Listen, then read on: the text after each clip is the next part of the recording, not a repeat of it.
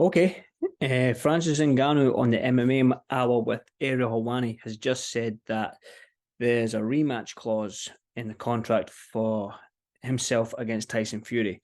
The way he was wording it, it seems like it was a rematch clause. If he beat Tyson Fury, then Tyson Fury can activate a rematch clause. I don't think it's on the flip side of Ngannou because he said that's why I'm going to beat Tyson Fury so he can get the rematch.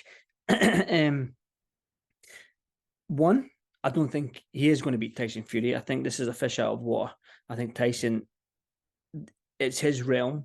We all know that heavyweight boxing is that one punch connection, but again, there is that one punch connection. And the way from what I've seen from Francis, his striking ability, he is a long and looping, which will leave a lot of openings for Tyson Fury. So I hope he doesn't beat Tyson Fury because I want Tyson Fury. In fact, I need Tyson Fury to face Usyk and Joshua at some stage, either the December if it happens or in 2024. But the rematch clause seems like it's only in Tyson Fury's favor, which is good because I don't think Ngannou can beat Tyson Fury. But I mean, like I say, everyone's got a puncher's chance, but I don't think Ngannou has got that chance. I just think it's his realm, it's his world. He's been in with a big hit on Deontay Wilder, who is a boxer. So yeah. But one thing I did also notice on MMA Hour with Ariel Helwani was that Francis Ngannou said that it's not an exhibition. It's going to go on his pro record. So that's a good thing, I suppose. I think there was a lot of, he did mention Eddie Hearn mentioned it was an exhibition, and he sort of went, how did Eddie Hearn know? Was he in the meetings? Blah, blah, blah, blah. The fact that it's not an exhibition and it's going to go on their pro records might make this fight a little bit livelier. Like I said, I want to see Tyson Fury and Usyk or Joshua.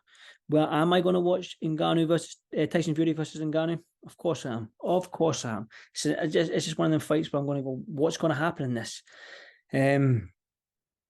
But the rematch clause is only if Tyson Fury was to lose against Ngannou, and I can't see it happening.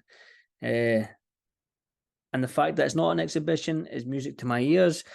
I think that gives Francis Ngannou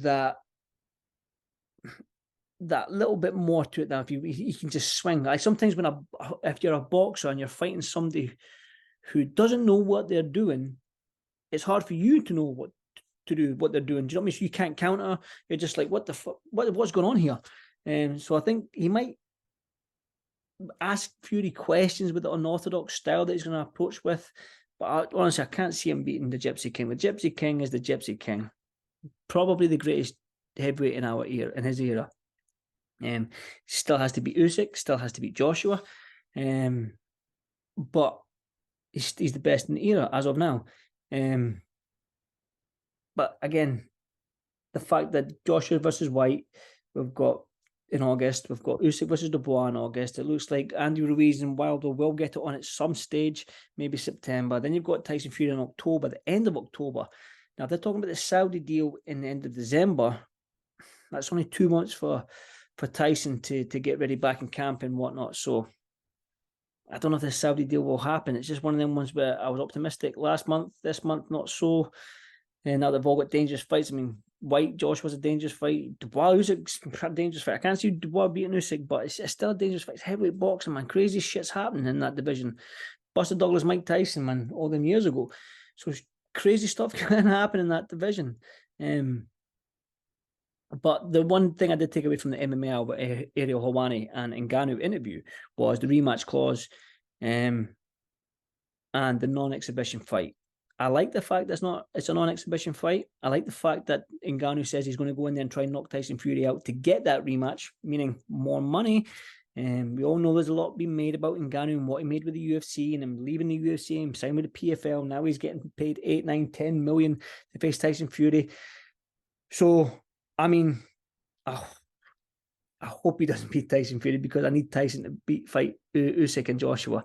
Imagine if Ngannou was to beat Tyson Fury and they had to rematch him again in 2024. I mean, I mean, these belts getting held up and these undisputed fights we want to see, the Joshuas and Furies, the Usyks and Furies, the Wilder and Joshuas. We want to see these fights. And we need to see these fights, man. I mean, the lower divisions are showing the heavyweight division what to do.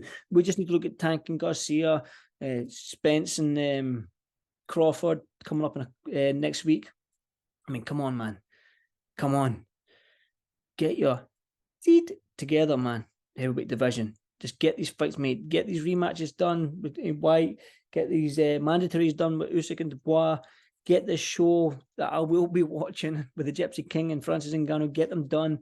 Wilder, Ruiz, get done. Hopefully the main four can get through them, and we can get these fights on. The boxing world needs it. The boxing fans deserve it. So just get it done. Let me know what your thoughts are on the rematch clause and the fact that it's non-exhibition. I like the fact it's a non-exhibition, so let me know.